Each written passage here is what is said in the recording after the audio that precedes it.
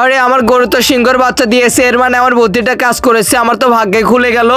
এখনই আমি বাজারে যাবার এই বুদ্ধিগুলো লাখ টাকায় বিক্রি করবো, লাখ টাকায়।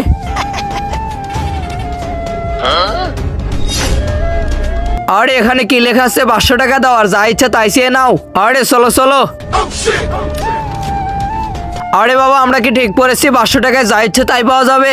আরে হ্যাঁ বাচ্চারা তোমরা ঠিকই পড়েছো, 500 টাকা দাও আর যা ইচ্ছা তাই নিয়ে যাও, আর যদি কিছু না পাও তাহলে আমি তোমাকে উল্টো 20,000 টাকা দিব। আরে বাবা 500 টাকা যা ইচ্ছা তাই পাবো, আর যদি কিছু না পাই তাহলে 20,000 টাকা পাবো। আরে 20,000 টাকার বিষয় এমন একটা জিনিস চাইবো যাতে বাবা দিতেই না পারে।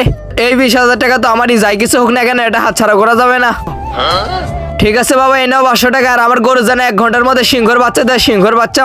আর এই নাও আমার 500 টাকা, আর আমার গরু যেন 1 ঘন্টার মধ্যে জিরাফের বাচ্চা দেয়, জিরাফের। ঠিক আছে বাচ্চারা, তোমার সিংহর বাচ্চা আর তোমার জিরাফের বাচ্চা পেয়ে যাবে।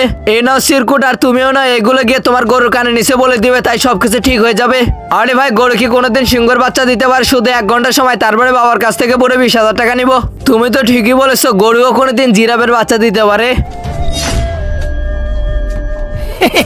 হয়ে গেছে কাজ, এবার শুধু গিয়ে আমি আমার ব্যবস্থা করে ফেলি। আরে আমার আদরে গরু, তুমি যদি আমাকে 1 ঘন্টা পর পর বাঘের বাচ্চা না দাও তাহলে আমি তোমাকে টুকরো টুকরো করে জাদুকর বাবাকে খাইয়ে দিব।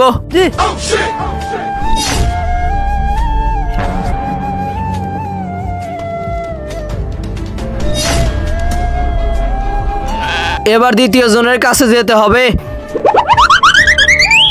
আরে আমার আদরে গাই, তুমি যদি আমাকে 1 ঘন্টার মধ্যে জিরাফের বাচ্চা না দাও তাহলে আমি তোমাকে টুকরো টুকরো করে কুত্তাকে খাইয়ে দিব।